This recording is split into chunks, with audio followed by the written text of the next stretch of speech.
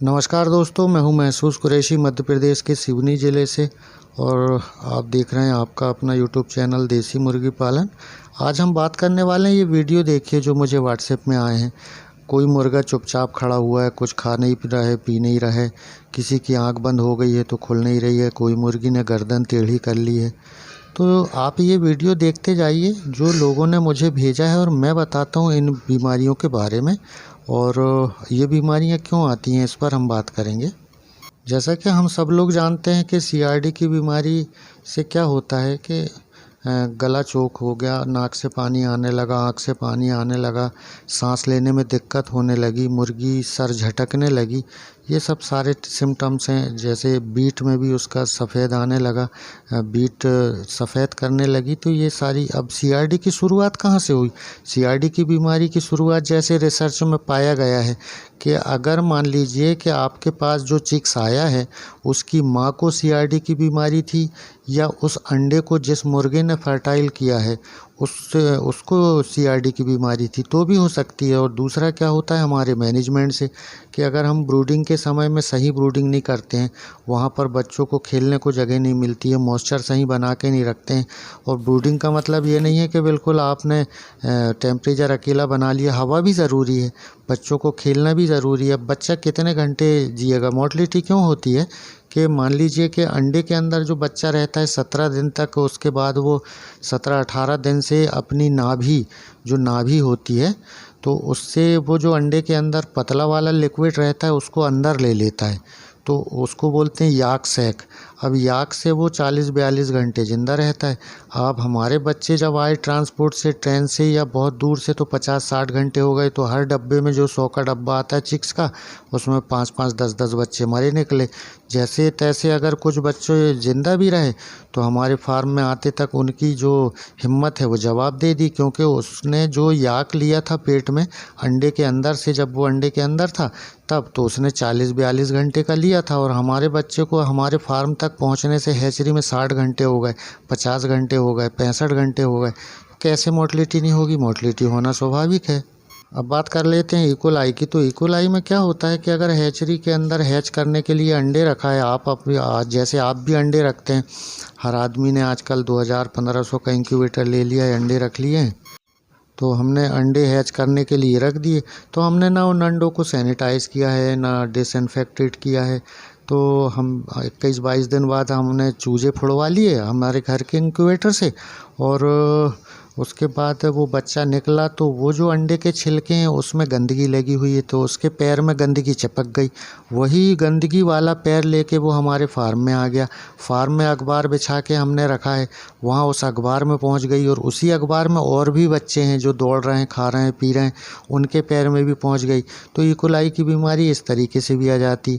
कुछ जगह मोर्टलिटी बचपन में इसलिए होती है कि इंक्यूबेटर से ही बच्चा कमज़ोर हो जाता है। इंक्यूबेटर में ह्यूमिडिटी नहीं होना, टेम्परेचर बराबर नहीं होना, या मॉइस्चर सही नहीं होना, हवा का नहीं लगना, इन सब कारण से भी बच्चा पैदा होते ही कमज़ोर हो जाता है। तो जैसे ही हमारे फार्म पे बच्चा आया तो हमने अखबार नहीं बिछाया, तो उस बच्चे, अगर अखबार नहीं बिछा है तो डस्ट उड़ेगी, बच्चे खेलेंगे, दौड़ लगाएंगे, तो बचपन में उनकी नाक चौक हो जाती है।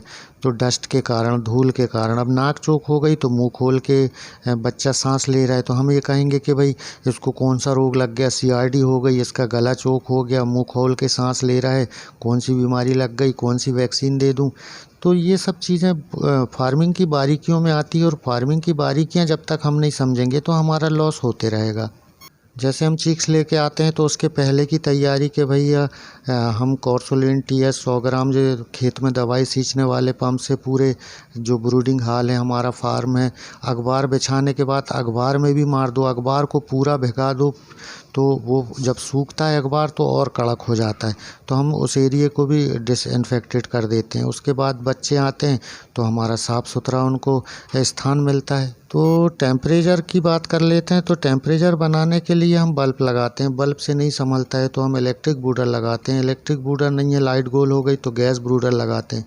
गैस ब्रूडर में ज़्यादा खर्चा आ रहा है तो हम वो लकड़ी के बुरादे वाली बुखारी लगा देते हैं, तरह तरह के करते हैं। कुछ लोग आग जला देते हैं और पर्दा बंद कर दिए, ब्रूडिंग हो रही है तो उसका धुआं अंदर जा रहा है, उससे भी बच्चे की मोर्टेलिटी होती है। तो ब्रूडिंग ठीक से नहीं हुई है अगर आपकी, और ब्रूडिंग के कारण अगर बाद में नुकसान होने वाला, तो आप ये पाएंगे कि 20 दिन के अंदर अंदर आपके 2, 5, 10 बच्चे, एक तो छोटे बड़े तो होंगे ही होंगे, उसके बाद दूसरा कारण ये आ जाता है कि उनके पैर कमज़ोर हो जाते हैं, पैर फैला के चलते हैं, खड़े नहीं हो सकते हैं, किसी का पैर पीछे घूम जाता है, तो ये सब ब्रूडिंग की कमज़ोरी से भी होता है। तो जब हम चिक्स लेके आते हैं तो गुड़ की मात्रा ज़्यादा ना रखें, 50 ग्राम 20 ग्राम गुड़ भी अगर 100 बच्चों पे दे रहे हैं आप, 1 लीटर 2 लीटर पानी में बहुत हो जाता है, उसमें 5 ग्राम अगर दे सकते हैं तो सोडा भी मिला लें। कुछ लोग हल्दी और फलाना और ये और वो सब मिला देते हैं, उसमें भी बच्चों के स्वास्थ्य पे असर पड़ता है और ख़राब होता है ज़्यादा चीज़ें देना।